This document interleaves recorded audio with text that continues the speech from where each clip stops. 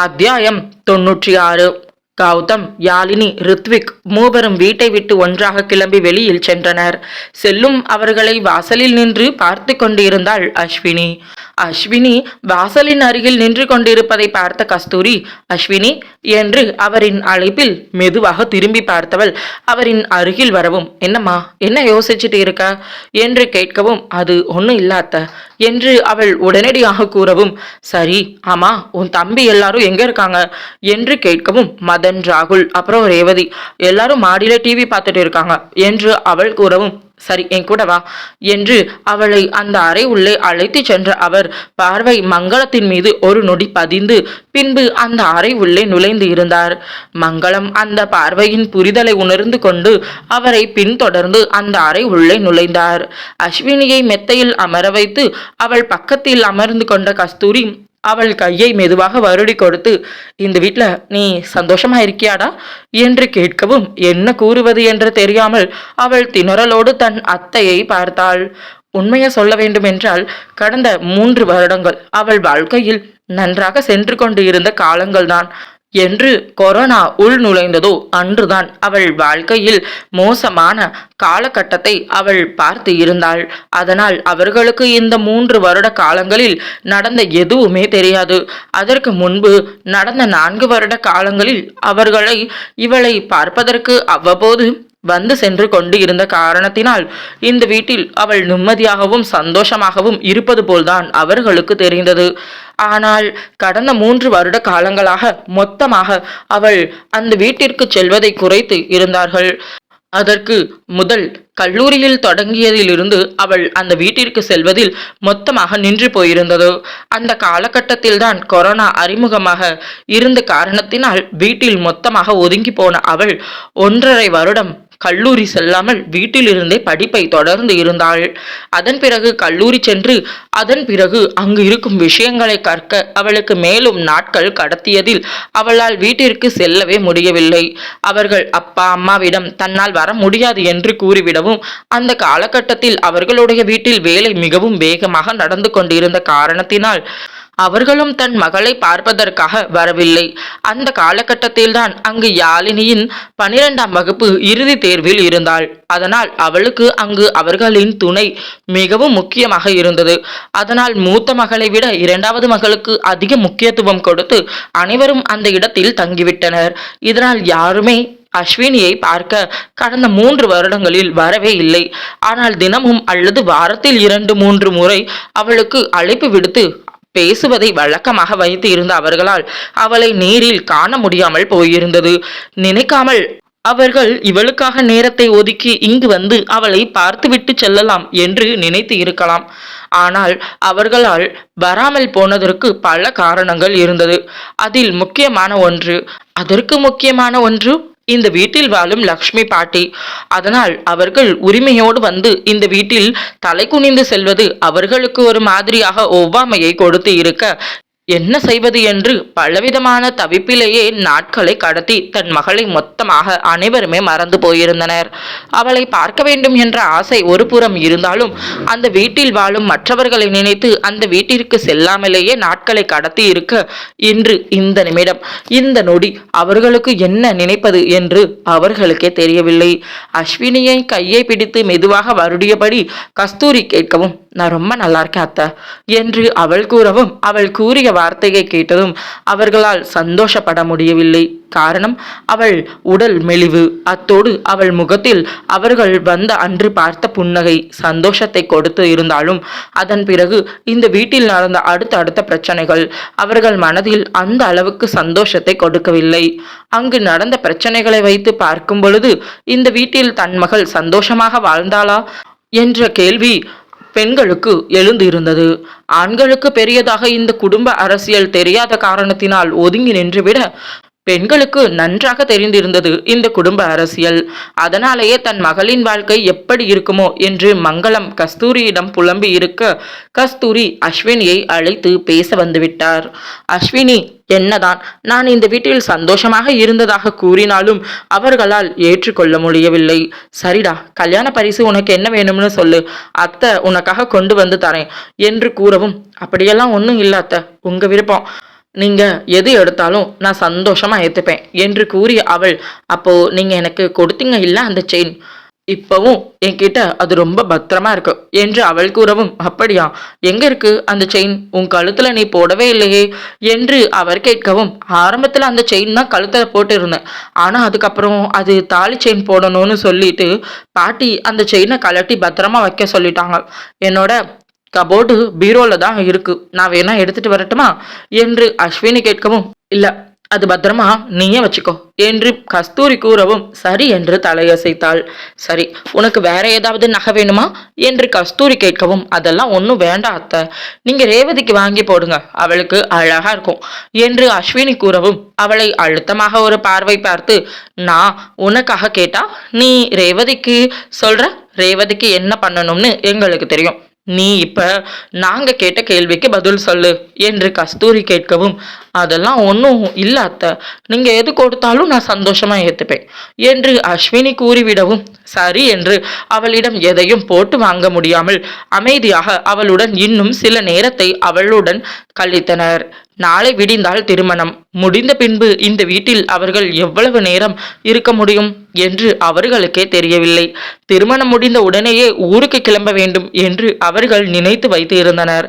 பார்க்கலாம் என்று மனதிற்குள் அனைவரும் நினைத்து வைத்து இருக்க அவளிடம் எதுவும் கூறவில்லை. சாலையின் ஓரத்தில் அந்த காரை நிறுத்தவும் திரும்பி பார்த்த யாழினி, அத்தா எங்க வந்திருக்கோம், இந்த இடம் அந்த அபார்ட்மெண்ட் மாதிரி இல்லையே என்று யாழினி கேட்கவும் அதே கேள்வி ரித்விக்கும் எழுந்தது. ஆமாண்டா, எங்க வந்திருக்கோம் என்று அவனும் கேட்க திரும்பி யாழினியை பார்த்த அவன் ரித்விக்கு ஒரு பார்வை பார்த்து, இது எங்க அத்தை மல்லிகாவுடைய வீடு என்று கௌதம் கூறவும், அதை கேட்டதுமே, அவங்களோட வீட்டுக்கு எதுக்குடா வந்திருக்க, ஏற்கனவே நேற்று எவ்வளவு பிரச்சனை பண்ணி வச்சிருக்காங்க, அப்புறம் எதுக்காகடா இங்க வந்திருக்க என்று ரித்விக் கேட்கவும், யாழினி மௌனமாக கௌதமை பார்த்தாள். நேத்து நடந்தது பெரிய பிரச்சனை தான், இல்லைன்னு சொல்லல, நான் அத்தைக்காக இந்த இடத்துக்கு வரல, மாமாவுக்காக வந்திருக்கேன். எங்க மாமா ரொம்ப நல்ல மனுஷன்டா, அத்தை தான் கொஞ்சம் கூட யோசிக்காம புரிஞ்சுக்காம பேசுவாங்க, ஆனா மாமா அந்த மாதிரி கிடையாது, அவங்க ரொம்ப நல்லவங்க, எல்லாத்தையும் ஒரு முறைக்கு நல்லா 2 முறை யோசிச்சு தான் பண்ணுவாங்க. நேத்து அந்த இடத்துல அவ்வளோ பேசணுமே, யாராவது ஒருத்தராவது அத்தை கிட்ட நீ பேசுறது தப்புன்னு சொன்னாங்களா, ஆனா மாமா வந்து ஒரே ஒரு அடி, அந்த அடிக்கே அத்தைய கூட்டிட்டு போயிட்டாங்க. மாமாவுக்காக தான் இங்க வந்து இருக்கேன், மாமாவை ரொம்ப காயப்படுத்திடக்கூடாது, என்ன இருந்தாலும் மாமா எங்க வீட்டுடைய மருமகன், அது மட்டும் கிடையாது, ஹரிணி 2 பேருமே என்ன பொறுத்த வரைக்கும் என்னுடைய தம்பி தங்கச்சி மாதிரி, அதனாலதான் அவங்களையும் கூட்டிட்டு போகணும், என்ன இருந்தாலும் இது என்னுடைய கல்யாணம்டா, என் கல்யாணம் கசப்பான ஒரு நிகழ்வா யாருடைய மனசுலையும் ஒரு கசப்பான நிகழ்வா இருந்துடக்கூடாதுன்னு நான் நினைக்கிறேன், அதனாலதான் நான் இங்க வந்திருக்கேன், இங்க எல்லார்கிட்டையும் பேசி சமாதானப்படுத்தி எல்லாரையும் கல்யாணத்துக்கு கூட்டிட்டு போகணும், என்னுடைய வீட்டுக்கு அனுப்பி வைக்கணும், இன்னைக்கு மெகந்தி போடுவதற்கு பார்லர்ல இருந்து ஆட்கள் வந்துருவாங்க, ஹரிணிக்கும் பண்ணணும்னு ஆசை இருக்கும் இல்ல, அப்புறம் என் கல்யாணத்துல ஹரிணியால கலந்துக்க முடியாமல் போயிடும், அது மட்டும் இல்லாம என்ன இருந்தாலும் அவ எனக்கு ஒரு தங்கச்சி, அவளோட மனசுல என்ன வேணும்னாலும் இருக்கலாம், ஆனா நான் அவளை என்னுடைய தங்கச்சியா தான் நினைக்கிறேன் என்று கௌதம் கூறவும், அப்புறம் உன்னோட நல்ல மனசுக்கு நீ எப்பவும் சந்தோஷமா தாண்டா இருப்ப என்று ரித்விக் கூறவும், டேய் ரொம்ப பேசாதடா என்று புன்னகையோடு கௌதம் கூற, ஆமா அப்புறம் கேட்கணும்னு நினைச்சேன், நம்ம ஃப்ரெண்ட்ஸ் எல்லாரும் எப்போ வராங்க, எத்தனை மணிக்கு என்று ரித்விக் கேட்கவும், அதெல்லாம் கேட்டுட்டே மத்தியானம் 1 மணிக்கு எல்லாம் வந்துடுவாங்க என்று கௌதம் கூற, சரிடா என்று கூறியவன், நீ கார்ல இரு மச்சான், நான் உள்ள போய் பேசிட்டு வந்துடுறேன், யாழினி நீயும் இங்கே இரு என்று கூறிய கௌதம், நான் வேணும்னா வரட்டுமா அத்தான் என்று அவள் கேட்கவும், இல்ல அதெல்லாம் ஒண்ணு வேண்டாம், நான் பேசிட்டு வந்துடுவேன் என்று கூறிய அவன் காரின் கதவை திறந்து கொண்டு வெளியில் இறங்கினான். சரி 2 பேரும் இங்க வெயிட் பண்ணுங்க, நான் ஒரு 20 மினிட்ஸ்க்குள்ள வந்துடுவேன் என்று கூறி அந்த வீட்டின் உள்ளே நுழைந்தான் கௌதம். செல்லும் கௌதமை ஒரு பார்வை பார்த்த யாழினி திரும்பி அங்கு அமர்ந்து இருந்த ரித்விக்கை பார்த்தவள், அண்ணா என்ற அழைப்பில் திரும்பி பார்த்தவன், என்னம்மா என்று அவன் கேட்கவும், நீங்களும் அத்தானும் காலேஜில் ஒன்னா படிச்சீங்களா என்று கேட்கவும், நானும் கௌதமும் ஒரே காலேஜில் தான் 5 வருஷம் படித்தோம் என்று கூறவும், 5 வருஷமா, என்று அவள் கேட்கவும், ஆமா 5 வருஷம். அதுக்கடுத்து 2 பேரும் 2 வருஷம் ஒரு கம்பெனில சில ப்ராஜெக்ட் எல்லாம் எடுத்து பண்ணினோம். நெறைய ப்ராஜெக்ட் பண்ணியிருந்தோம். அங்க இருக்கணும்னு ஆசை இருந்துச்சு. ஆனா கௌதம் சொல்லிட்டான், "நான் இந்தியாவுல அப்பாவுடைய கம்பெனிய டேக் ஓவர் பண்ண போறேன். ஸோ அங்க தான் என்னுடைய எல்லாமே" அப்படின்னு சொல்லிட்டான். அதனால நானும் ஓகேன்னு சொல்லிட்டு அவன் கூட சேர்ந்து இந்தியாவுக்கு வந்துட்டேன். எனக்கும் சொந்தமா கம்பெனி ஆரம்பிக்கணும்னு ரொம்ப ஆசை இருந்துச்சு. அதனால இங்க இருந்து அவன் கூட ஒர்க் பண்ணிட்டு இங்கேயே 2 பேரும் பார்ட்னர்ஷிப் போட்டு இப்ப பண்ணிட்டு இருக்கோம். எங்க கூட கௌதமோட இன்னொரு ஃப்ரெண்ட் ரோஹித்தும் அவனும் எங்க கூட ஜாயின் பண்ணிக்கிட்டான். அவன் சிவில் இன்ஜினியர். இப்போ 3 பேரும் சேர்ந்து ஒர்க் பண்றோம் என்று ரித்விக் கூறவும், அப்போ இனிமே நீங்க இங்க தான் ஒர்க் பண்ண போறீங்களா? திரும்பி அமெரிக்கா போக மாட்டீங்களா? நீங்க அமெரிக்கா சிட்டிசன் தானே, எப்படி இந்தியாவில் ஒர்க் பண்ண முடியும் என்று குழப்பத்தோடு அவள் கேட்கவும், நான் இந்தியாவில் வேலை பார்க்க போறேன்னு சொல்லி 3 வருஷம் விசாவில் தான் இங்க வந்திருக்கேன் என்று ரித்விக் கூறவும், அப்போ 3 வருஷமும் இங்க தான் ஒர்க் பண்ண போறீங்களா? அத்தானுடைய வீட்டில் தான் தங்கி இருக்க போறீங்களா என்று யாழினி கேட்க, இல்ல இல்ல, நான் ஒரு சின்ன அப்பார்ட்மெண்ட் பார்த்துட்டேன், வெளியில தான் தங்கி ஒர்க் பண்ண போறேன் என்று அவன் கூறவும், அப்படியா?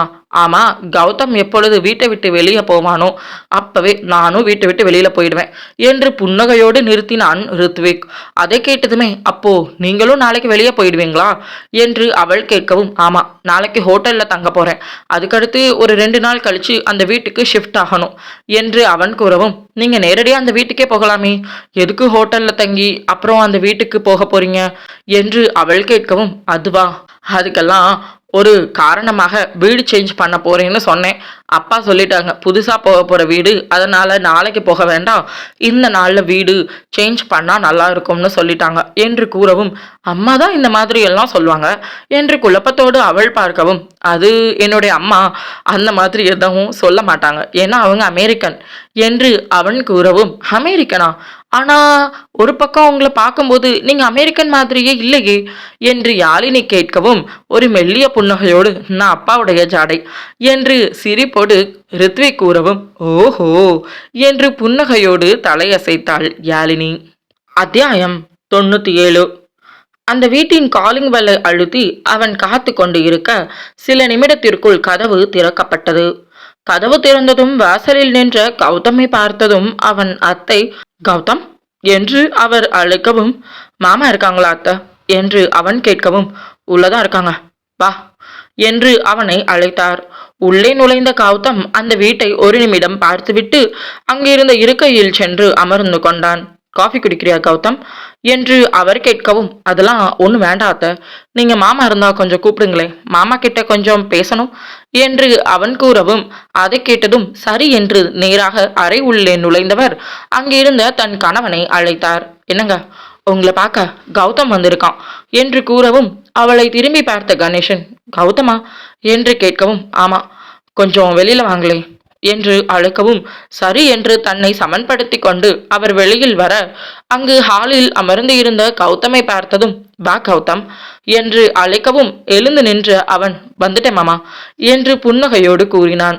உட்கார் கௌதம், என்ன சாப்பிடுற என்று அவர் கேட்கவும், அதெல்லாம் ஒன்றும் வேண்டாம் மாமா, நான் உங்ககிட்ட ஒரு முக்கியமான விஷயம் பேசதான் வந்தேன் என்று அவன் கூறவும், புருவம் சுருக்கி அவர் அவனை பார்க்கவும், அது நாளைக்கு காலையில கல்யாணம் என்று நிறுத்தவும், தெரியும் கௌதம், மச்சான் தான் சொன்னாரே என்று அவர் கூறவும், ஆமா, இன்னைக்கு பார்லர்ல இருந்து பெண்கள் வர சொல்லியிருந்தேன், மெஹந்தி போடுவதற்கு, அப்புறம் ஃபேஷியல் அதெல்லாம் பண்றதுக்கு என்று நிறுத்தவும், ரொம்ப சந்தோஷம் என்று கணேசன் நிறுத்தவும், இல்ல மாமா, என் கல்யாணம் எல்லாருடைய நினைவிலையும் சந்தோஷமான நினைவா இருக்கணும்னு நினைக்கிறேன், நீங்க இல்லாம கண்டிப்பா அது ஃபுல்ஃபில் ஆகாது, ஹரிணியும் அனுப்பி வைங்க மாமா, நீங்களும் அத்தையும் கூட ஃபங்க்ஷன் அட்டன் பண்ணணும்னு விருப்பப்படுறேன், இன்னைக்கு ஈவினிங் சின்னதா ஒரு ஃபங்க்ஷன் ரெடி பண்ணியிருக்கேன் என்று அவன் கூறவும், அதை கேட்டதுமே அப்படியா என்று அவர் பார்க்கவும், ஆமா, ப்ளீஸ் நீங்க எல்லாரும் வரணும், நான் ஏதாவது தப்பா பேசியிருந்தா என்னை மன்னிச்சிடுங்க மாமா என்று கௌதம் கூறவும், அவனை பார்த்ததுமே அவருக்கு அத்தனை பிரமிப்பாக இருந்தது. தன்னை விட சிறிய பையன், ஆனாலும் எத்தனை பொறுப்பாக பேசுகிறான் என்று நினைத்த அவர் தன் மனைவியை பார்த்தார். நீயும் உன் பேச்சும் அத்தனை பேசியும் அவன் ஏதேனும் ஒன்றையாவது குத்தி காட்டினானா? நீ அந்த திருமணத்திற்கு வரவே வேண்டாம் என்று அவன் கூறவே இல்லை, எந்த இடத்திலாவது எப்படிதான் உன் அண்ணனுக்கு இவன் பிள்ளையாக பிறந்தானோ என்று மனதிற்குள் நினைத்து கொண்ட அவர், சரி கௌதம் வரேன் என்று கூறவும், ஹரிணி ஹரி 2 பேரையும் இப்பவே அனுப்பி வைங்க மாமா.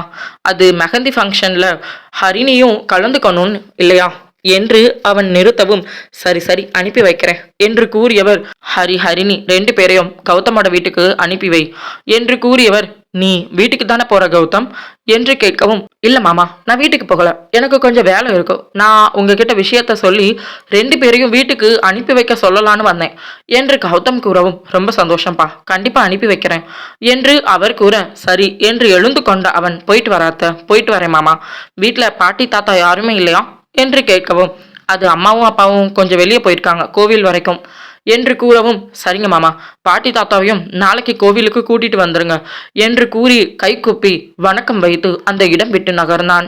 அவனை வாசல் வரை அனுப்பி வைப்பதற்காக உடன் கணேசன் வர, மாமா நானே போய்ப்பேன் என்று கௌதம் கூறவும், இல்ல மாப்ள இருக்கட்டும் என்று அவர் அவனுடன் வந்து அந்த காரில் அருகில் வந்த பொழுதுதான் காரின் உள் யாழினி ரித்விக் இருவரும் அமர்ந்து இருப்பதை பார்த்ததும், அட உள்ள வாங்கலேம்பா என்று அழைக்கவும், பரவாயில்ல இருக்கட்டும் அங்கிள் என்று இருவரும் ஒன்று சேர்ந்து கூறினர்.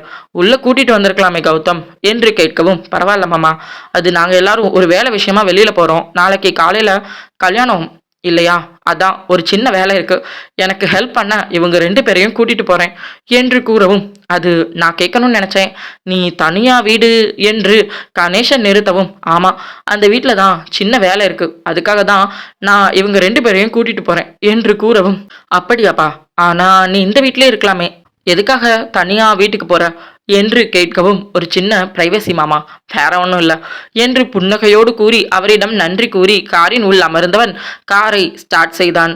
இன்னைக்கு ஈவினிங் ஃபங்க்ஷன் அட்டன் பண்ண வந்துருங்க மாமா என்று கூறி வண்டியை ஸ்டார்ட் செய்தவன் அடுத்த நிமிடம் அதனை சாலையில் அதிவேகமாக இயக்கினான். அவர்கள் மூவரும் ஒன்றாக அந்த அபார்ட்மெண்ட் முன்பு வந்து நின்றனர்.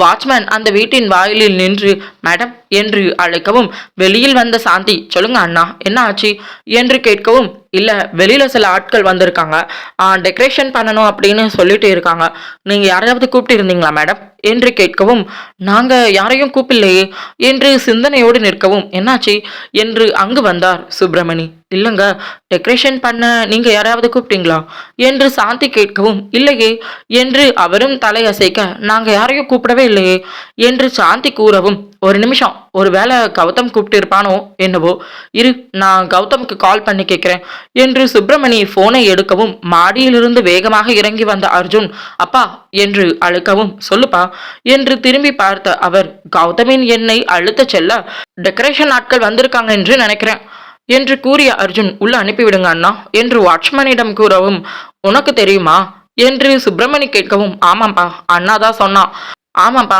அண்ணாதான் சொன்னான், டெக்கரேஷன் செய்யறதுக்கு ஆட்கள் வருவாங்க, கொஞ்சம் கூட இருந்து அவங்களுக்கு எல்லாம் பண்றதுக்கு ஹெல்ப் பண்ணுன்னு சொல்லி இருந்தான் என்று கூறவும், சரிப்பா என்று அவர் தலையசைத்தார். அவர்கள் உள்ளே வந்த சில நிமிடத்திற்குள் பார்லரில் இருந்து பெண்களும் வந்து இருந்தனர். 3 பெண்கள் வந்து இருக்க அந்த 3 பெண்களையும் புன்னகையோடு அழைத்தார் சாந்தி.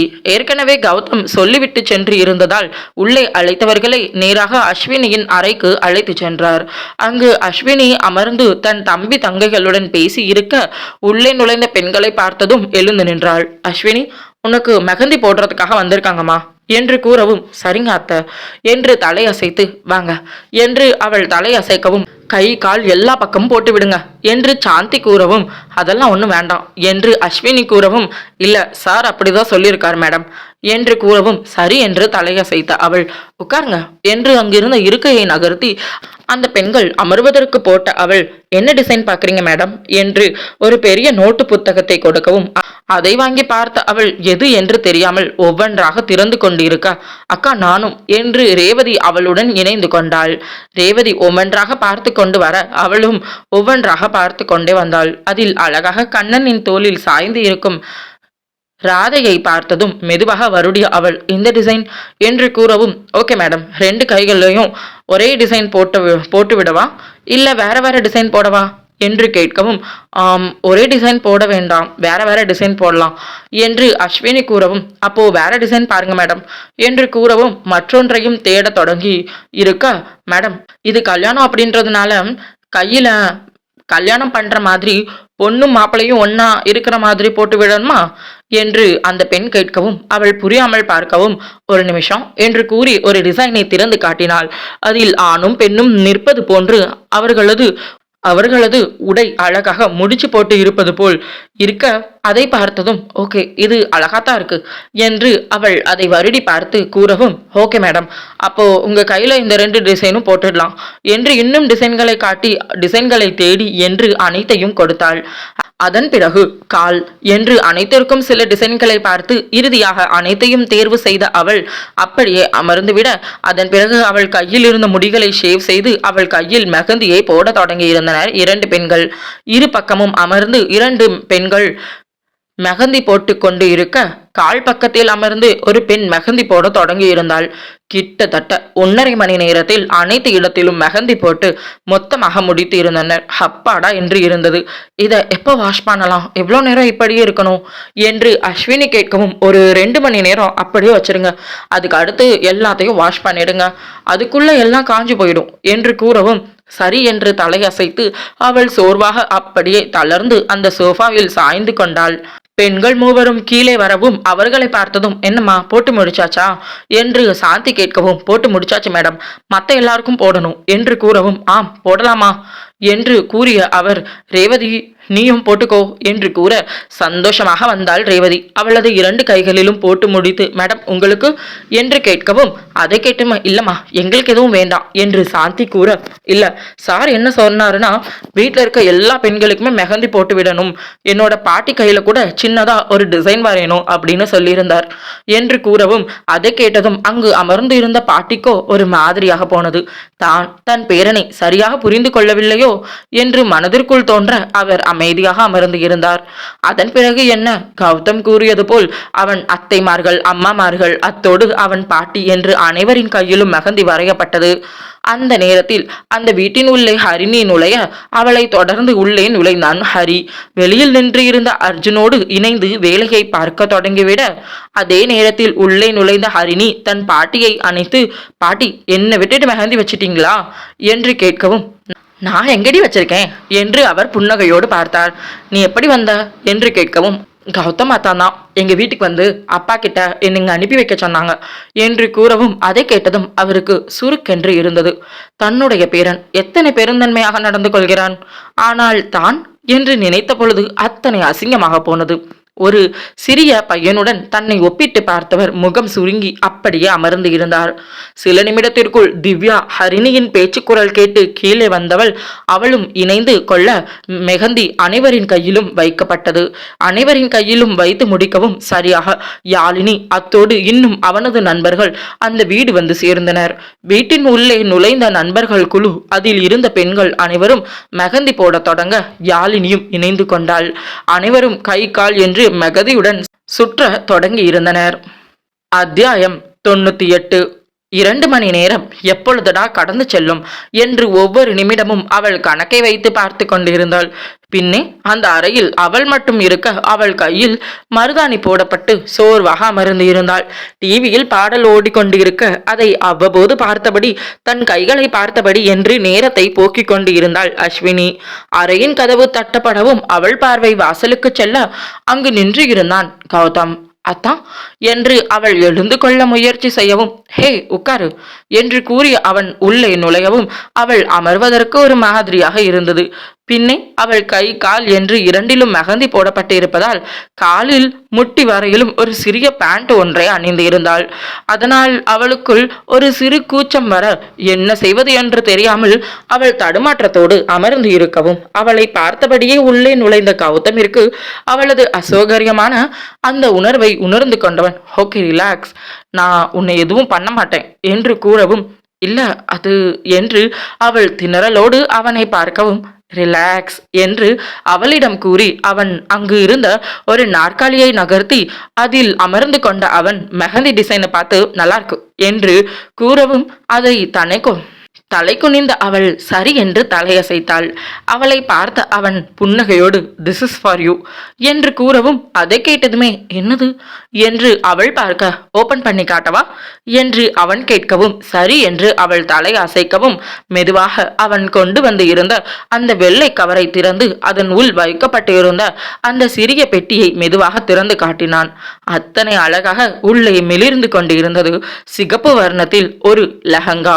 அதை பார்த்த அவள் இது என்று அவள் அவனை பார்க்கவும் உனக்காக தான் என்று கூறவும் எதுக்கு என்று அவள் கேட்கவும் இன்னைக்கு ஈவினிங் ஒரு சின்ன ஃபங்க்ஷன் ரெடி பண்ணியிருக்கேன். என்னோட ஃப்ரெண்ட்ஸ் எல்லாருக்கும் பேச்சுலர் பார்ட்டி கேட்டிருந்தாங்க. ஸோ அதுக்காக ஒரு சின்ன பார்ட்டி என்று கூறவும் பேச்சுலர் பார்ட்டி என்று கூறியதுமே அவள் மனதிற்குள் இது ட்ரிங்க்ஸா என்று யோசிக்கவும் அவளை பார்த்து கொண்டு இருந்த அவன் என்னாச்சு ஏதோ யோசனை பண்ற மாதிரி இருக்கு, எதுவா இருந்தாலும் கேளு என்று அவன் கேட்கவும் இல்ல அது பேச்சுலர் பார்ட்டி என்று சொன்னீங்க அப்போ என்று அவள் நிறுத்தவும் வீட்டில் பண்ற இடத்துல பேச்சுலர் பார்ட்டியில ஆல்கஹால் எல்லாம் பண்ணுவோமா, இது அவங்க ஃபாரின் கண்ட்ரில இருந்து வந்திருக்காங்க.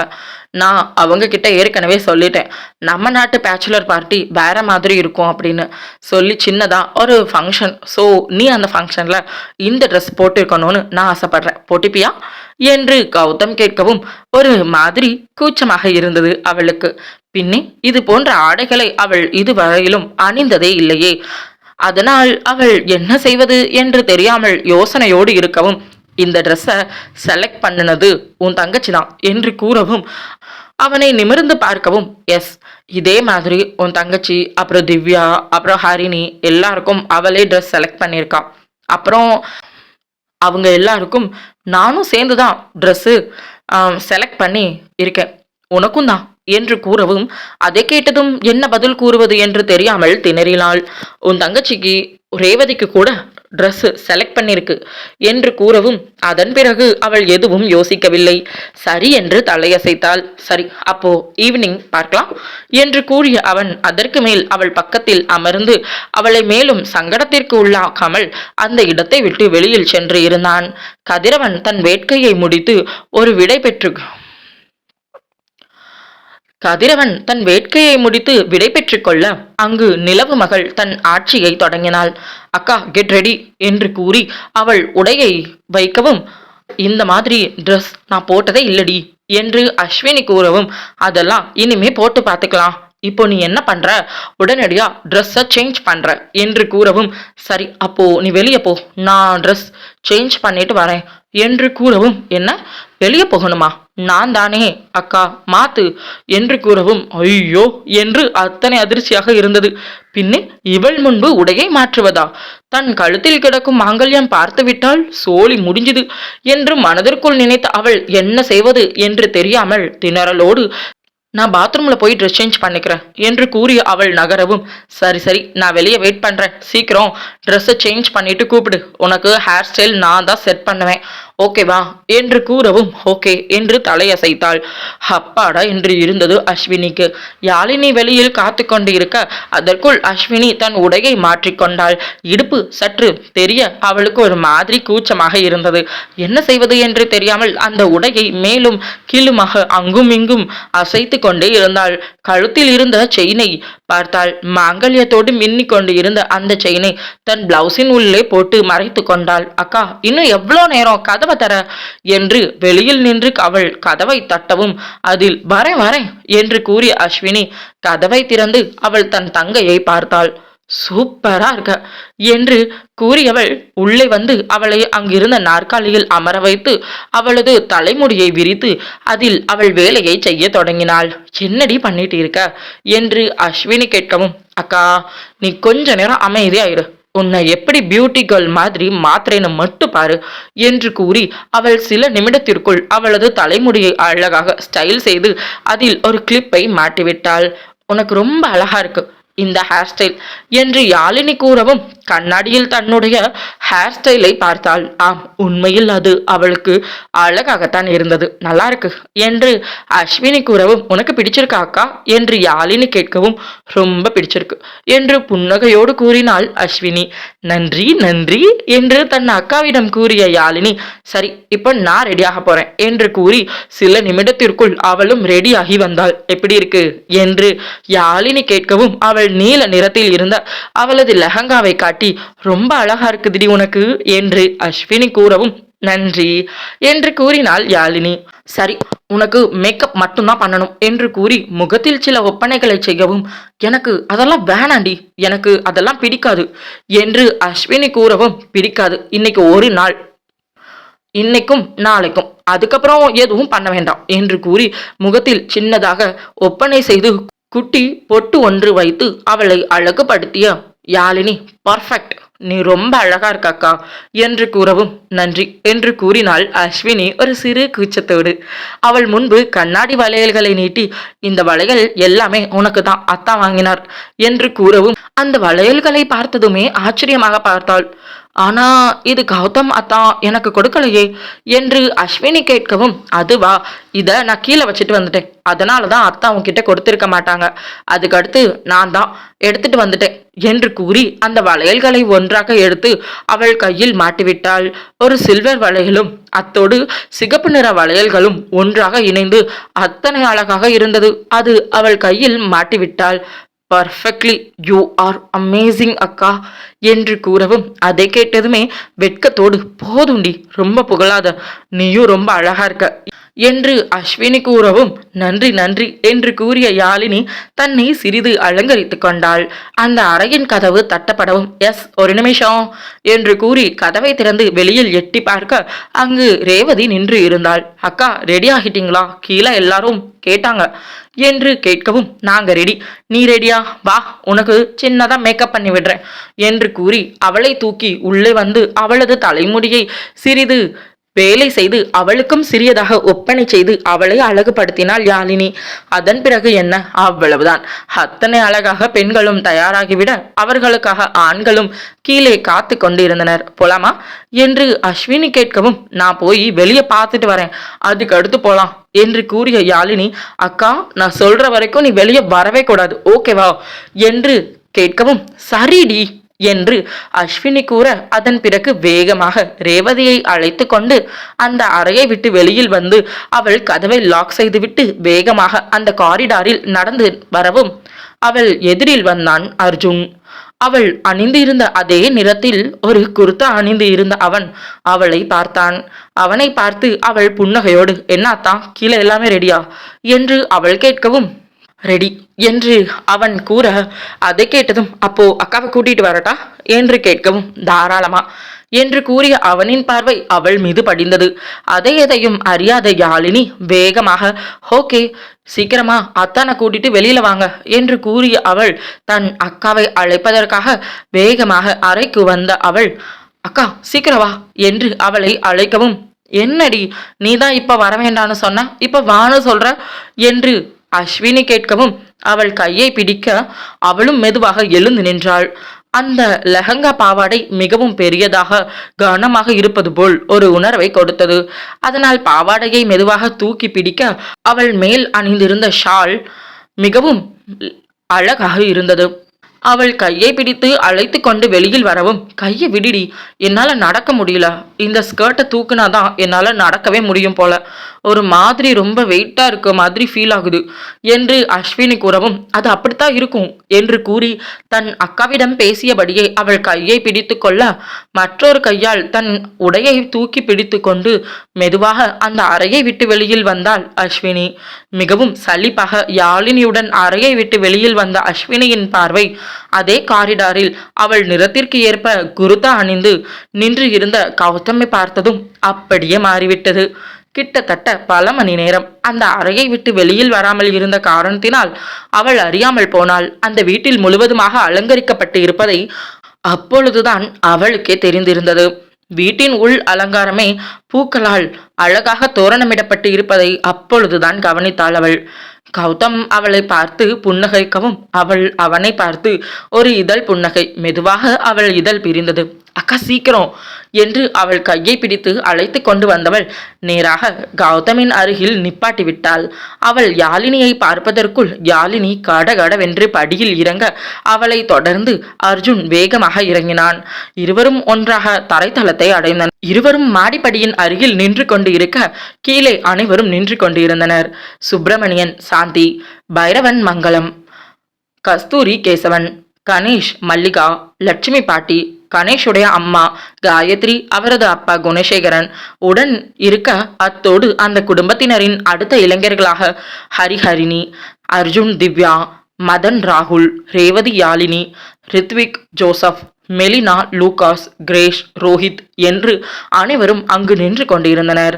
ஹரிணி, திவ்யா இருவரும் தனியாக நின்று கொண்டு இருக்க புன்னகையோடு அங்கு வந்த யாழினி திரும்பி அனைவரையும் பார்க்கவும் அனைவரும் ஒன்றாக பெருவிரலை உயர்த்த அடுத்த நிமிடம் அர்ஜுன் சென்று பாடலை இயக்கினான்.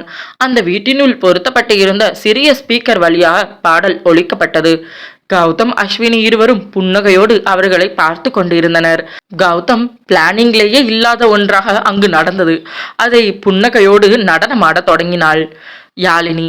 அவளை தொடர்ந்து Joseph, Lucas, Rithvik, grace, Melina, Rohit என்று ஆண்கள் அனைவரும் பெண்கள் அனைவரும் அழகாக இணைந்து நடனமாட தொடங்கினர் அந்த பாடலுக்கு.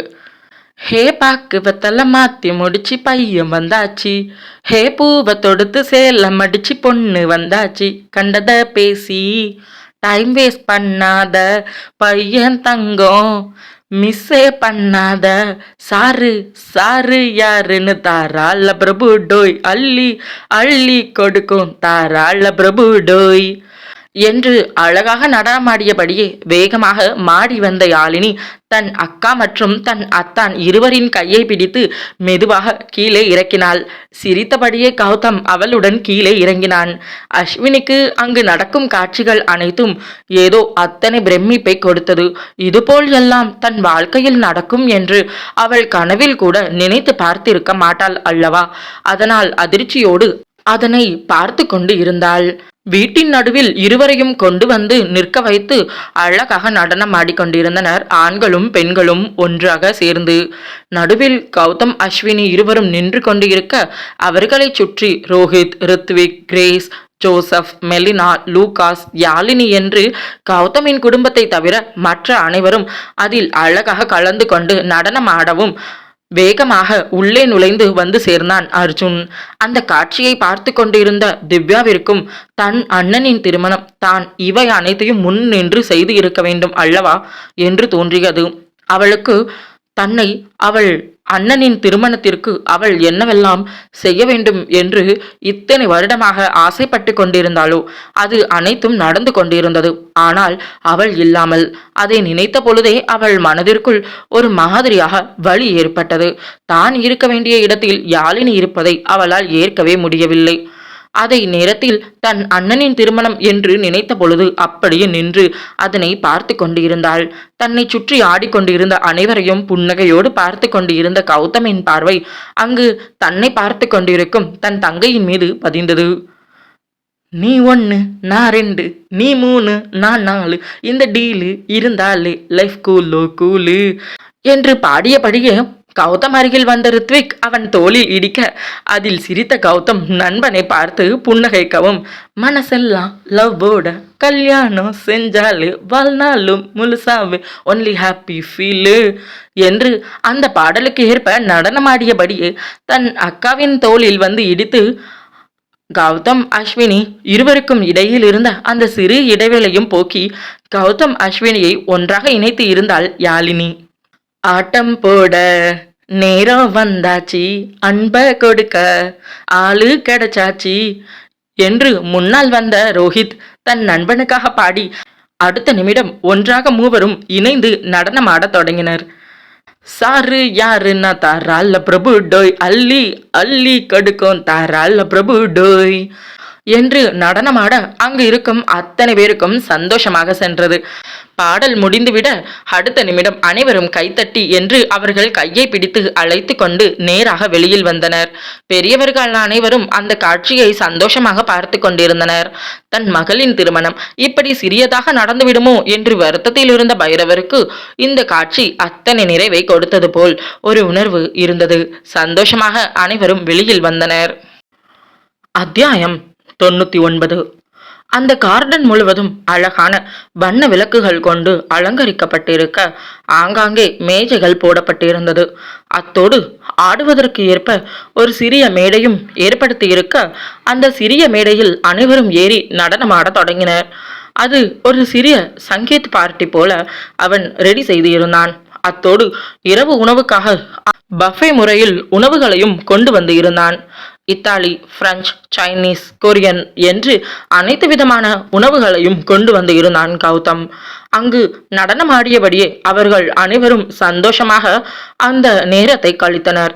அந்த இரவு உண்மையில் அவர்கள் அனைவரின் வாழ்க்கையிலும் மறக்கவே முடியாத ஒரு அழகிய நினைவாக மாறிப்போனது. அங்கு அனைத்தையும் வீடியோவாக பதிவு செய்து கொண்டு இருந்தான் ஒருவன். அதனால் அனைத்து காட்சிகளும் அவன் வாழ்க்கையில் என்றுமே மறையாத ஒரு அழகிய நினைவு பெட்டகமாக மாறிக்கொண்டு இருந்தது. ஒவ்வொரு நிமிடமும் அந்த இரவு அத்தனை அழகாக நகர தன் பக்கத்தில் அமர்ந்து இருந்த அஸ்வினியை பார்த்த கௌதம், அஸ்வினி என்ற அழைப்பில் மெதுவாக திரும்பி அவனை பார்த்தாள். ஆர் யூ ஹாப்பி நவ் என்று அவன் கேட்கவும் அதில் அத்தனை சந்தோஷமாக தலை அசைத்தாள். அவள் வாழ்க்கையில் இதுபோல் அவள் திருமணம் நடக்கும் என்று கனவில் கூட நினைத்து பார்க்கவில்லை அல்லவா? அதனால் அவள் சந்தோஷமாக ஆம் என்று தலை அசைக்கவும், அப்போ உன்னுடைய சந்தோஷத்தை மேலும் அதிகப்படுத்தட்டா என்று அவன் கேட்கவும், என்ன என்று புரியாமல் அவள் அவனை பார்க்கவும், அவளை பார்த்து புன்னகைத்த கௌதம் மெதுவாக எழுந்து மேடை மீது ஏறி நின்றான். அதை பார்த்ததும் அவன் நடனமாடப் போகிறான் என்று அவள் நினைத்திருக்க அங்கு மைக்கை வாங்கி கொண்ட அவன் அந்த பாடலை பாட அவள் அவனையே பார்த்து கொண்டு இருந்தாள் உறைந்த நிலையில். பெண்ணல்ல பெண்ணல்ல ஊதாப்பூ, சிவந்த கண்ணங்கள் ரோசாப்பூ, கண்ணல்ல கண்ணல்ல அல்லிப்பூ, சிரிப்பு மல்லிகைப்பூ, சிறு கைவளை கொஞ்சிடும் கொய்யாப்பூ, அவள் கைவிரல் ஒவ்வொன்றும் பன்னீர்ப்பூ, மைவிழி ஜாடைகள் முல்லைப்பூ, மணக்கும் சந்தனப்பூ, சித்திரை மேனி தாழம்பூ, சேலை அணியும் சாதிப்பூ, சிற்றிடை மீது வாழைப்பூ, ஜொலிக்கும் செண்பகப்பூ. பெண்ணல்ல பெண்ணல்ல ஊதாப்பூ, சிவந்த கண்ணங்கள் ரோசாப்பூ, கண்ணல்ல கண்ணல்ல அல்லிப்பூ, சிரிப்பு மல்லிகைப்பூ என்று கௌதம் பாடி முடிக்க அங்கு இருந்த அனைவருமே ஹோ ஹோ என்று கூச்சலிட்டனர். அங்கு அவன் பாடல் வரிகளை கேட்டு அவனையே சில நொடிகள் பார்த்து இருந்த அவள் வெட்கத்தில் தலை குனிந்து கொள்ள பாடல் வரிகள் தொடர அவள் நிமிர்ந்து அவனை பார்த்தாள். பூக்களை செடி கொடியின் பொருளென்று நினைத்து இருந்தேன், பூவை உன்னை பார்த்த பின்னே பூக்களின் மொழி அறிந்தேன். ஓ தலையணை என்பதெல்லாம் தலைக்கென்று நினைத்திருந்தேன், தலைவியை பிரிகையிலே தலையணை துணை அறிந்தேன். தீபந்தம் போன்றவன் நான் தீபம் என்று ஆகிவிட்டேன், தென்றலுக்கு பிறந்தவன் நான் புயல் என்று மாறிவிட்டேன், கருங்கல்லை போன்றவன் நான் கற்பூரமாகிவிட்டேன். சந்திரனை சந்திரனை தொட்டது யார்? ஆம்ஸ்ட்ராங்கா, அடியாம் ஸ்ட்ராங்காய் சத்தியமாய் தொட்டது யார்? நான் தானே, அடி நான் தானே, கனவு தேவதையே, நிலவு நீதானே, உன் நிழலும் நான் தானே என்று அவளை பார்த்து பாடிய பொழுது கண்ணடிக்க அதில் அவள் ஒரு நொடி அதிர்ந்து தன் பார்வையை தலை குனிந்து மீண்டும் அவனை பார்க்க அவன் பாடிய பாடல் வரிகளை ரசிக்க தொடங்கினாள். விடிகாலை விண்ணழகு, விடியும் வரை பெண்ணழகு, நெல்லுக்கு நாற்றழகு, தென்னைக்கு கீற்றழகு, ஊருக்கு ஆறழகு, ஊர்வலத்தில் தேரழகு, ஊருக்கு ஆறழகு, ஊர்வலத்தில் தேரழகு, தமிழுக்குள் அழகு, தலைவிக்கு நான் அழகு, கண்ணுக்கு மை அழகு, கவிதைக்கு பொய் அழகு, கன்னத்தில் குழி அழகு, கார்கூந்தல் பெண் அழகு என்று பாடல் வரிகளை பாடும் பொழுது அவளை பார்த்து பாட, அந்த பாடல் வரியில் அவன் மீது ரசனை கொண்டாள் அவள். பஞ்சவர்ண கிளி நீ பறந்த பின்னாலும் 5 வர்ணம் நெஞ்சில் இருக்கு. பஞ்சவர்ண கிளி நீ பறந்த பின்னாலும் 5 வர்ணம் நெஞ்சில் இருக்கு. பறந்து வந்து விருந்து கொடும், மனசுக்குள்ள சடுகுடு சடுகுடு, மயக்கத்துக்கு மருந்தென்ன கொடு கொடு. ஓ காவேரி கரையில் மரமாயிருந்தாள் வேருக்கு யோகமடி,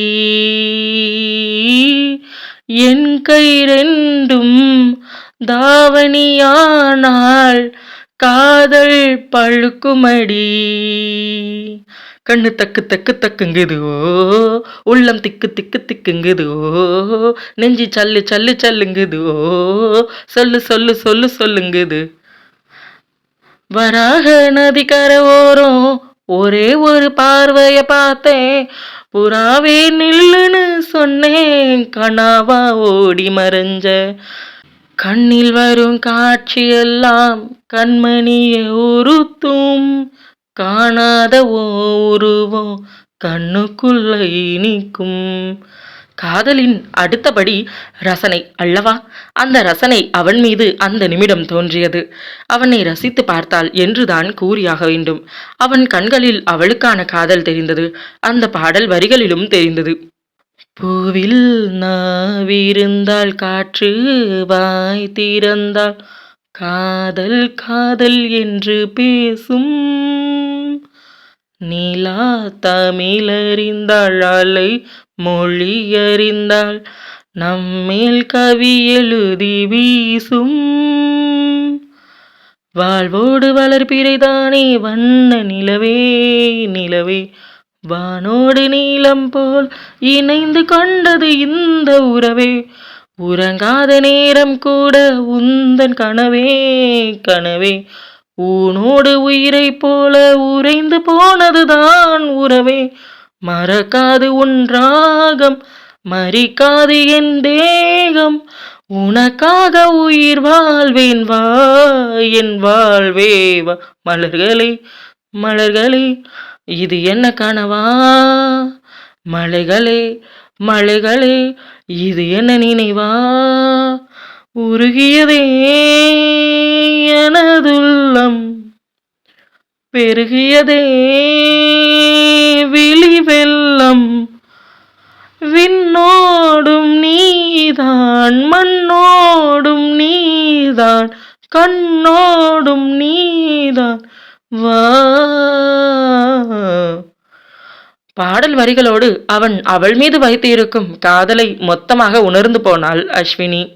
இந்த பூமியே பூவனம் எந்தன் பூவிதழ் சருகுதே, இந்த வாழ்க்கையே சீதனம் அதில் ஜீவனே போவதேன், நிலா காய்கிறது நேரம் தேகிறது யாரும் ரசிக்கவில்லையே, இந்த கண்கள் மட்டும் உன்னை காணும், தென்றல் போகின்றது சோலை சிரிக்கின்றது யாரும் சுகிக்கவில்லையே, சின்ன கைகள் மட்டும் உன்னை தீண்டும், காற்று வீசும் வெயில் காயும் காயும் அதில் மாற்றம் ஏதும் இல்லையே, வானும் மண்ணும் நம்மை வாழச் சொல்லும் அந்த வாழ்த்து ஓயவில் என்றென்றும் வானில் என்று அவளை பார்த்தபடி அந்த பாடலை முடிக்க அவள் அவனை பார்த்து கொண்டு இருந்தாள். புன்னகையோடு நன்றி என்று கூறி மைக்கை ஓரமாக வைத்துவிட்டு மெதுவாக அந்த மேடையிலிருந்து கீழே இறங்கினான். சுற்றி அமர்ந்து இருந்த அனைவரும் கைகளை தட்டினர். அந்த பாடல் வரிகளில் அவனுக்கு அவள் மீதான காதலை அழகாக காட்டியிருந்தான்.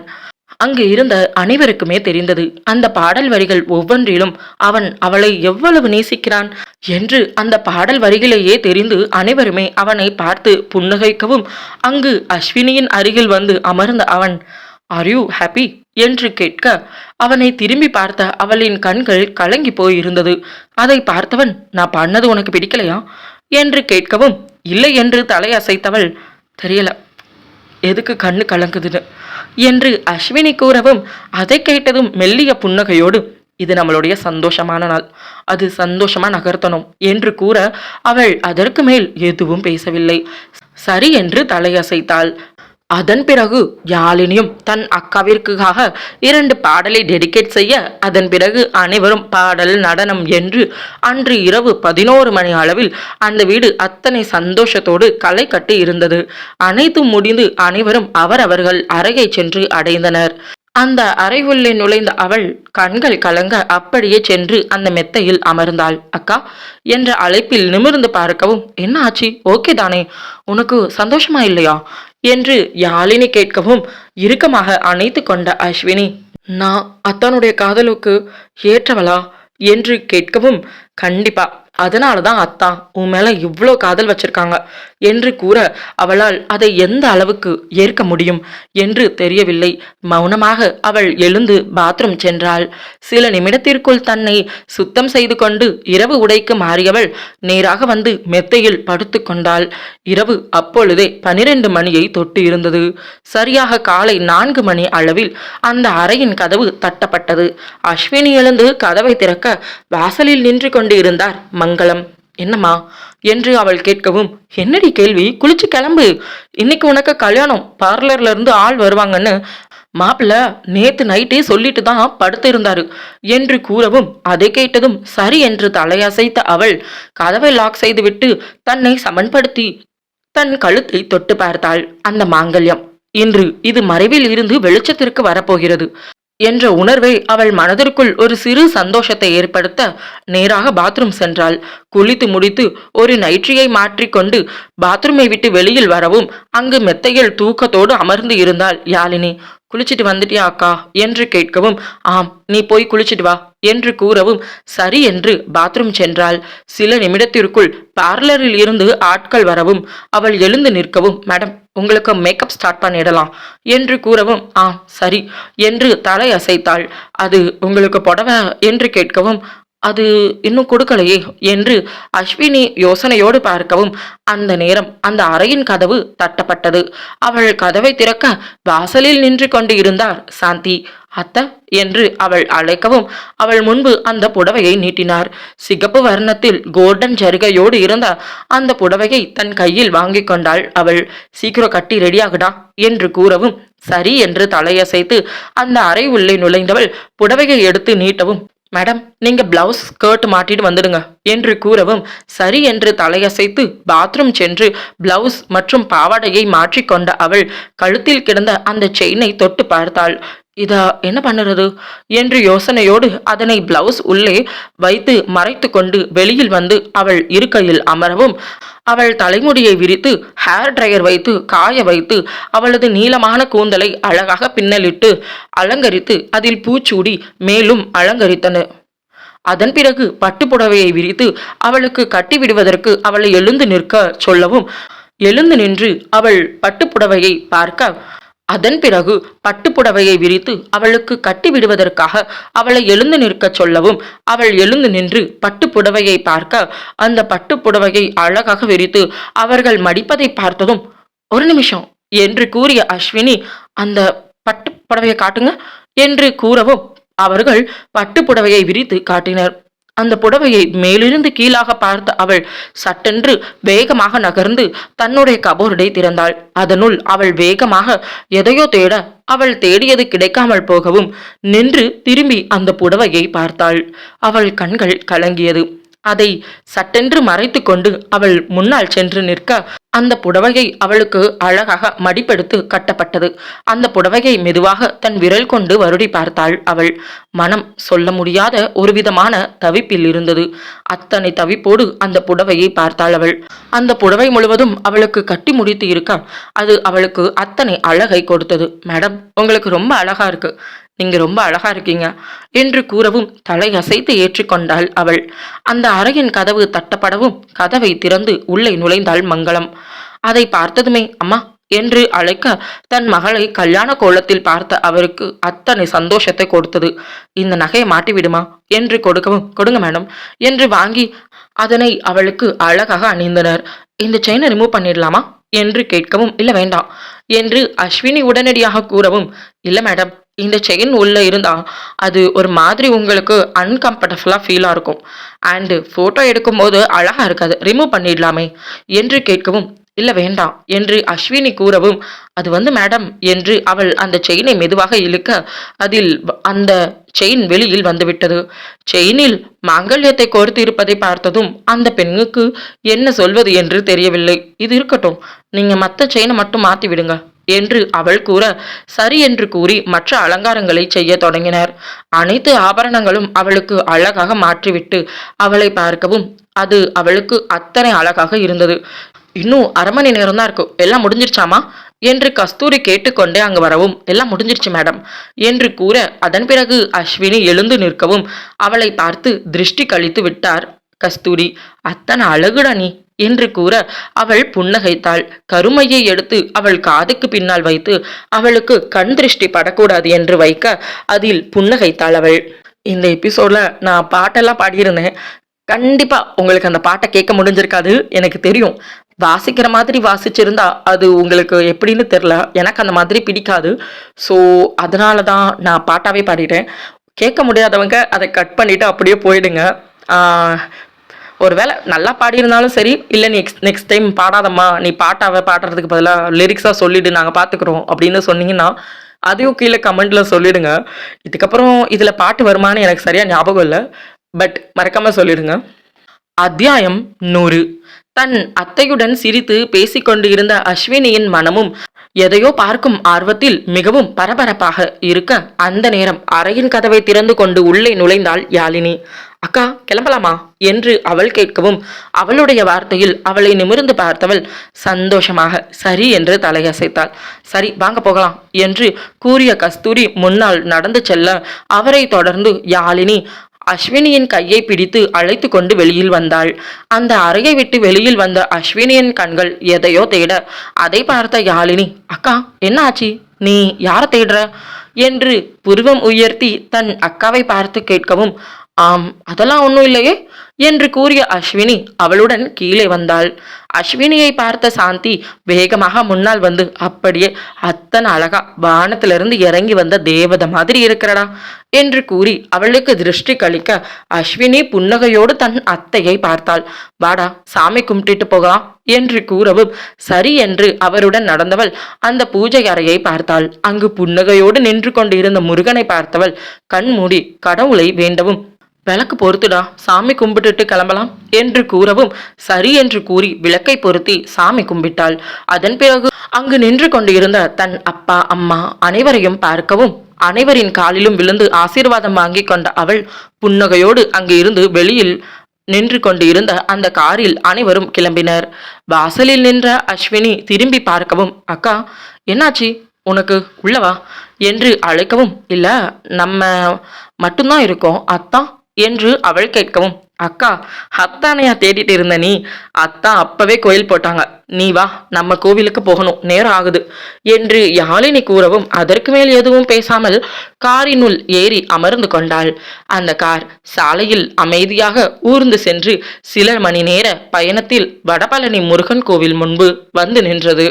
கோவிலை பார்த்த அவள் மெதுவாக காரில் இருந்து இறங்கிக் கொண்டாள். அவளை தொடர்ந்து மற்றவர்களும் காரில் இருந்து இறங்கிக் கொள்ள அனைவரும் ஒன்றாக கோவிலுக்கு உள்ளே நுழைந்தனர்.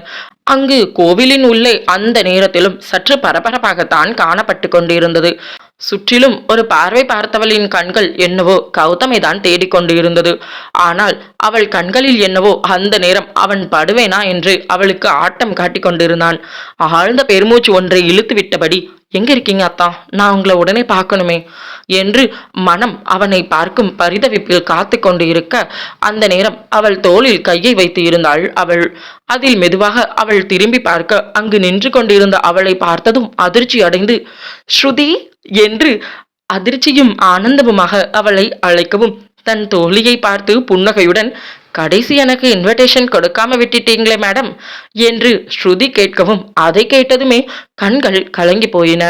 அஸ்வினி அடுத்த நிமிடம் அவளை இறுக்கமாக அணைத்து கொண்டாள். ஸ்ருதியும் அவளை அணைத்து கொள்ள மெதுவாக அவளிடம் இருந்து பிரிந்து அவளை பார்த்து, உனக்கு எப்படி தெரியும், மாமா சொன்னாங்களா என்று கேட்டாள். பின்னே இவர்களது நட்பு பற்றி சுப்பிரமணியனுக்கு மட்டும் தானே அதிகமாக தெரியும் என்று யோசனையுடன் கேட்கவும், மாமாவா, அதெல்லாம் கிடையாது, எனக்கு சொன்னது கௌதம் அண்ணா என்று கூறவும், அதை கேட்டதுமே அதிர்ச்சியாக அவளை பார்த்தவள், கௌதம் அத்தானா என்று கேட்கவும், ஆமா, அண்ணா தான் என்கிட்ட சொன்னாங்க, இந்த மாதிரி எங்களுக்கு இந்த நாள்ல கல்யாணம், நீ கண்டிப்பா வரணும் அப்படின்னு. அதான் நானும் என்னுடைய செல்ல தோழிக்காக உடனே கிளம்பி வந்துட்டேன் என்று ஸ்ருதி கூறவும், ஆனா நீ டெல்லியில இருந்த என்று அவள் கேட்கவும், சோ வாட், டெல்லியா இருந்தா என்ன, அமெரிக்காவா இருந்தா என்ன, எங்க இருந்தாலும் சரி, என்னோட தோழிக்கு ஒரு சூப்பரான ஃபங்க்ஷன் நடக்குது. அப்படி இருக்கும்போது அந்த நாள்ல நான் இல்லாம இருந்தா எப்படி இருக்கும், நல்லாவா இருக்கும் என்று ஸ்ருதி கேட்கவும், அந்த நிமிடம் அஸ்வினியின் கண்கள் கலங்கி போனது. தேங்க்யூ ஸோ மச் டி, நீ வந்ததுக்கு என்று அஸ்வினி கூறவும், அதெல்லாம் ஒன்றும் தேவையில்லை, உண்மையை சொல்லணும்னா நான் உன்கிட்ட கோபப்படணும், ஆனால் நான் படாததுக்கு காரணம் அண்ணா மட்டும்தான். அதுக்கு காரணம் அண்ணா தான் என்கிட்ட சொன்னாங்க இது சர்ப்ரைஸ் அப்படின்னு.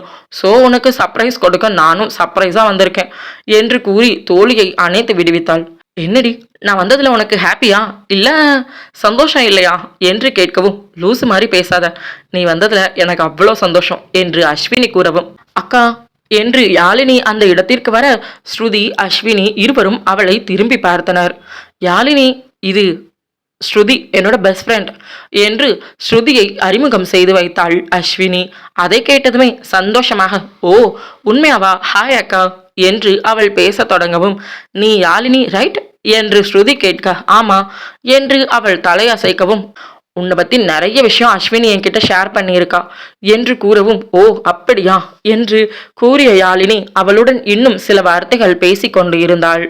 அந்த நேரம் அங்கு வந்த மங்களம், என்னடி பேசிட்டு இருக்கீங்க, ஆமா இந்த புது பொண்ணு யாரு என்று கேட்கவும், அம்மா இவ என்னோட தோழி என்று அறிமுகப்படுத்தி வைக்க, சரி உன்னை உள்ள கூப்பிட்டாங்க, முதல்ல 3 பேரும் அங்க வாங்க என்று கூறிய அவர் வேகமாக நடக்கவும், அக்கா நானே உன்னை கூப்பிட தான் வந்தேன் என்று கூறி, வாங்க அக்கா என்று ஸ்ருதியையும் அழைத்து யாழினி அஸ்வினியின் கையை பிடித்து அழைத்து கொண்டு முன்னால் நடந்தாள். ஸ்ருதி அஸ்வினியின் மற்றொரு கையை பிடித்து கொள்ள இருவரும் அவளை அழைத்து கொண்டு அந்த கோவில் உள்ளே நுழைந்தனர். அந்த முருகன் சன்னதியில் ஏற்கனவே கௌதம் நின்று கொண்டு இருக்க, அவனை பார்த்த அவள் அவ்வளவு நேரமும் அவனை தேடியது நினைவுக்கு வந்தது. அவனிடம் பேச வேண்டும் என்று மனதிற்குள் நினைத்து கொண்ட அவளால் அவனிடம் பேச முடியவில்லை. அவளை அழைத்து சென்று அவனுக்கு எதிரில் நிற்க வைக்க, உள்ளே நுழைந்து இருந்த அர்ச்சகர் வரும்பொழுது கையில் பெரிய தாம்பூலத்தை கொண்டு வந்தார். அதில் 2 பெரிய மாலைகள் இருக்க, அதனை இருவரின் முன்பும் கொடுக்க, அதில் ஒன்றை எடுத்துக்கொண்ட கௌதம் ரோஜா மாலையை அழகாக அஸ்வினியின் கழுத்தில் மாட்டிவிட, அதை ஏற்றுக்கொண்டாள் அஸ்வினி. அதேபோல் அஸ்வினியின் கையில் மற்றொரு ரோஜா மாலை கொடுக்கப்பட்டது. அதை வாங்கி கொண்ட அவளும் தன் முன்னால் நின்று கொண்டிருந்த கௌதமின் கழுத்தில் மாற்றினாள். இருவரது பார்வையும் ஒன்றோடு ஒன்று கலந்து இருந்தது. அவன் அவளை பார்த்தான், அவள் அவனை பார்த்தாள். உள்ளே நுழைந்து இருந்த அர்ச்சகர் சில நிமிடத்திற்குள் பூஜை முடித்து மஞ்சள் கோர்க்கப்பட்ட அந்த அழகிய தங்க தாலியை கையில் ஏந்தி கொண்டு வந்த அவர் கடவுளை வணங்கி, முருகரை வணங்கி, முப்பெரும் தேவர்களை வணங்கி அவனின் கையில் கொடுக்க, அதை வாங்கி கொண்ட கௌதம் தன் எதிரில் நின்று கொண்டு இருந்த அவளை பார்த்தான். அவள் அவனை பார்க்க, கட்டட்டுமா என்று மாங்கல்யத்தை அவள் முகத்திற்கு நேராக வைத்து கொண்டு அவன் கேட்க, அதை கேட்டதும் அவள் உள்ளம் உருகி போனது. சரி என்று தலை அசைத்து அவள் தலை குனிந்து கொள்ள, முதல் முறை தாலி கட்டும் பொழுது அவளது அனுமதியின்றி கட்டியவன் இன்று அவள் முழு மனதோடு அதே மாங்கல்யத்தை அவள் கழுத்தில் கட்டினான். மாங்கல்யம் தந்து நானேனா மம ஜீவன ஹேதுனா கண்டே பத்னாமி சௌபகேத்வம் சரஞ்சீவ சரத சதம் என்று அவர் மந்திரத்தை சொல்லி முடிக்க அவள் கழுத்தில் அவன் கட்டி முடித்தான். 3 முடிச்சு. 3வது முடிச்சை முன்பு லக்ஷ்மி பாட்டி திவ்யாவிடம் சொல்லி இருக்க, அவள்தான் போட வேண்டும் என்று முன்னால் வந்து இருக்க, அவளுக்கு அந்த வாய்ப்பை கொடுக்காத கௌதம் அவனை போட்டு முடித்து இருந்தான். திவ்யா தன் அண்ணனை கலங்கிய விழியோடு பார்க்க, அவளை ஒரு பார்வை பார்த்த அவன் எதுவும் பேசாமல் அவள் கழுத்தில் 3 முடிச்சு போட்டு நிமிர்ந்து நிற்கவும், அவன் கையில் குங்குமச்சிமில் நீட்டப்பட்டது. அதை வாங்கி அதில் இருந்த குங்குமத்தை எடுத்து அவளது நெற்றி வகுட்டிலும் மாங்கல்யத்திலும் வைத்து விட்டான். முருகனை வணங்கி அங்கு அவர்களுக்காக அவர்களது பெயரில் பூஜை செய்ய, அதனை கண் மூடி கடவுளை வணங்கி ஏற்றுக்கொண்டு, அதன் பிறகு அந்த கோவிலின் வளாகத்தை 3 முறை சுற்றி வந்து என்று அனைத்து சாங்கியங்களையும் அங்கேயே முடித்து அம்மி மிதித்து அருந்ததி பார்த்து அவள் காலில் மெட்டியையும் போட்டுவிட்டான். அதனை தலை குனிந்து அவனை பார்க்காமல் அவள் காலில் போட்டுவிட்டு அவன் மெதுவாக நிமிர்ந்து அவளை பார்க்கவும் அவள் அவனை பார்த்தாள். அங்கு அவர்கள் பெயரில் அன்று அன்னதானத்தை அவன் முடிவு செய்து இருக்க, அங்கங்கு வந்து இருக்கும் அனைத்து பக்தர்களும் அன்னதானம் வழங்கப்பட்டது. கோவிலில் வேலை செய்யும் மற்றவர்கள் மேலும் அதனை கொடுத்துவிட்டு வேகமாக அவர்கள் கோவிலை விட்டு வெளியில் வந்தனர். நேரா ஹோட்டல்ல போய் சாப்பிட்டுட்டு அப்படியே அங்கிருந்து வீட்டுக்கு போலாம் என்று கௌதம் கூறவும், இல்ல கௌதம், நேரா வீட்டுக்கு போயிடலாமே என்று சாந்தி கேட்கவும், இல்லம்மா நேரம் ஆகுது என்று கூறிய கௌதம் நேராக ஹோட்டலுக்கு வண்டியை விட சொன்னான். சிறிது நிமிட பயணத்தில் வண்டி ஹோட்டல் முன்பு நின்று இருந்தது. காலை உணவு ஹோட்டலை முடித்து கொண்டு அனைவரும் அங்கு இருந்து கிளம்பி இருந்தனர். ரித்விக்கின் உபயோகத்தில் வேகமாக பயணித்து சில நிமிடத்திற்குள் அந்த கார் அந்த பெரிய அபார்ட்மெண்ட் வளாகத்தில் வந்து நின்றது. அவன் காரை பின்தொடர்ந்து வந்த அனைவரும் அந்த அபார்ட்மெண்டின் முன்பு தங்கள் வாகனத்தை நிறுத்தி இருந்தனர். கௌதம் என்று சாந்தி சற்று பணிவான குரலில் அழைக்கவும், என்னம்மா என்று காரிலிருந்து இறங்கிய கௌதம் கேட்கவும், இல்லப்பா அது நம்ம வீட்டுக்கு போலாமே என்று கேட்கவும், வீட்டுக்கு தான் எங்க வீட்டுக்கு, எனக்கும் அஸ்வினிக்குமான வீட்டுக்கு என்று கூறிய அவன், தப்பா எடுத்துக்காதீங்க, நான் என் வாழ்க்கையில அடுத்து எடுத்து வைக்கக்கூடிய ஒவ்வொரு அடியும் நிதானமாகவும் சந்தோஷமாகவும் இருக்கணும்னு நினைக்கிறேன் என்று அழுத்தமாக கூறிய அவன் தன் பக்கத்தில் நின்று இருந்த அஸ்வினியை பக்கம் திரும்பினான். இருவருடைய மாலையையும் கையில் ஏந்தி கொண்டு நின்று இருந்த அவளை பார்த்தவன் எதுவும் பேசாமல் அவள் கையில் இருந்த 2 மாலையையும் தன் கையில் பெற்றுக்கொண்டான். போலாமா என்று சாந்தியை பார்த்து கேட்கவும், அதற்கு மேல் அவர் ஏதாவது பேசுவாரா என்ன? அடுத்த நிமிடம் அவர் வாயை கப் என்று மூடிக்கொள்ள அவர்கள் அனைவரும் லிப்ட் உதவியோடு அந்த தளத்தை அடைந்தனர். அந்த வீட்டின் வாயிலில் ஏற்கனவே செவ்வந்தி பூக்களால் அழகாக அலங்கரிக்கப்பட்டு இருந்தது. அந்த வீட்டின் வாயிலுக்கு அவளை அழைத்து வந்து இருந்தான் கௌதம். வீட்டின் வாயிலில் சுவற்றில் அழகாக பொருத்தப்பட்டு இருந்தது அந்த கோல்டன் நிறத்திலான போர்டு. அதில் மிஸ்டர் கௌதம், அஸ்வினி, மிஸ்ஸஸ் அஸ்வினி கௌதம் என்று அந்த பெயர் பொருத்தப்பட்டு இருந்தது. அதனை பார்த்து அவள் கண்கள் அதிர்ச்சி அடைந்து தன் பக்கத்தில் நின்று இருந்த அவனை பார்த்தாள். சிறிதும் அலட்டிக்கொள்ளாமல் நின்று இருந்த அவன் அந்த வீட்டின் வாயிலின் கதவை திறந்து கொண்டு வேகமாக உள்ளே நுழைந்த யாழினி ஆரத்தி தட்டை கொண்டு வந்தாள். புன்னகையோடு இருவருக்கும் அவள் ஆரத்தி எடுக்க செல்ல, புகுந்த வீட்டுக்கு வரும்போது அந்த வீட்டுல ஆரத்தி எடுக்க போறது மாப்பிள்ளையோட தங்கச்சி, இது உங்களுக்கு தெரியாதா? இதை கூட ஒரு ஆள் வந்து சொல்லணுமா என்ன என்று உடனடியாக கேட்டு இருந்தார் லட்சுமி பாட்டி. தன் பேத்தியின் உரிமையை அங்கு கொடுக்காமல் போனது அவருக்கு சற்று வருத்தத்தை கொடுத்தது. மற்ற உரிமையை கொடுக்கவில்லை என்றாலும் இந்த உரிமையை திவ்யாவுக்கு கொடுக்க வேண்டும் என்று அவர் பேச, ஓ அப்போ யாழினி எடுக்கக்கூடாது அப்படித்தானே பாட்டி என்று கௌதம் கேட்கவும், ஆமா இங்க யாழினி எடுக்கக்கூடாது, அவளுடைய வீட்டுல யாழினி தான் எடுக்கணும், ஆனா இந்த வீட்டுல யாழினி ஆரத்தி எடுக்கக்கூடாது, திவ்யா தான் ஆரத்தி எடுக்கணும் என்று கூறவும், ஆரத்தி எடுத்து இந்த வீட்டுக்குள்ள அழைக்கிறவங்களோட மனசு தூய்மையா இருக்கணும். அதாவது என் வீட்டுக்கு புதுசா என் அண்ணனை மட்டும் நம்பி என்னுடைய குடும்பத்துக்காக புதுசா வரக்கூடிய என்னுடைய அண்ணிய என் அண்ணா கூட சந்தோஷமான ஒரு வாழ்க்கை வாழணும் அப்படின்னு என்னுடைய அண்ணி எனக்கு ஒரு நல்ல தோழியாகவும் என் குடும்பத்துல ஒரு நல்ல மனுஷியாகவும் என் குடும்பத்தை நல்லபடியா வழி நடத்தணும் அப்படின்னு ஒரு நல்ல எண்ணத்தோட உங்க பேத்தி எனக்கும் என்னோட மனைவிக்கும் ஆரத்தி எடுக்க தயாரா இருந்தா எனக்கு எந்த அப்ஜெக்ஷனும் இல்லை என்று கூறிய கௌதமின் பார்வை திவ்யா மீது படிந்தது. கலங்கிய விழியோடு நிமிர்ந்து பார்த்த அவள், நான் அந்த அளவுக்கு தப்பான பொண்ணு நினைக்கிறியா அண்ணா என்று அவள் கேட்கவும், நீ அந்த அளவுக்கு தப்பான பொண்ணு இல்லை அப்படின்னா அப்போ என் கல்யாணத்துல நீ எதுக்காக முன்ன நின்று எதுவுமே பண்ணல? உன் அண்ணாவோட கல்யாணம், நான் அஸ்வினியை விரும்புறேன். அஸ்வினி தான் என் வாழ்க்கையில ஒருத்தி. அவளை தவிர என் வாழ்க்கையில யாருக்கும் இடமே இல்லை அப்படின்னு அவ்வளோ உறுதியா சொன்னதுக்கு அப்புறமும் கூட உன்னால இந்த நிமிஷம் வரைக்கும் அஸ்வினிய உன்னோட அண்ணியா ஏத்துக்க முடியல தானே என்று கௌதம் கேட்கவும், அப்படியெல்லாம் இல்ல அண்ணா என்று திவ்யா கூற, அப்போ இந்த நிமிஷம் வரைக்கும் அஸ்வினிய நீ அண்ணின்னு எந்த இடத்துலயும் சொன்ன மாதிரி எனக்கு ஞாபகம் இல்லையே என்று அவன் கூறவும், தன் அண்ணனை நிமிர்ந்து பார்த்த அவள் வேகமாக முன்னால் வந்து யாழினி கையில் இருந்த ஆரத்தி தட்டை தன் கரத்தில் ஏந்தி கொண்டாள். யாழினி புன்னகையோடு அவளிடம் கொடுத்தாள். பின்னே யாழினிக்கு இதுபோல் தன் அக்கா அவள் வாழும் வீட்டில் சண்டையும் சச்சரவுமாக வாழ அவளுக்கு என்ன விருப்பமா?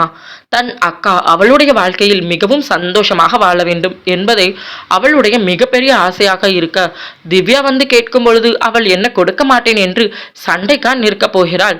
புன்னகையோடு யாழினி திவ்யா கையில் கொடுத்து விட, தன்னை விட ஒரு வயது சிறிய பெண்ணாக இருந்தாலும் அத்தனை முதிர்வோடு நடந்து கொள்ளும் யாழினியை சற்று பிரமிப்பாக பார்த்தவள் எதுவும் பேசாமல் அவள் கரத்தில் இருந்து வாங்கி கொண்டு தன் அண்ணன் மற்றும் தன் எதிரில் நின்று கொண்டிருந்த தன் அண்ணியை பார்த்தாள்.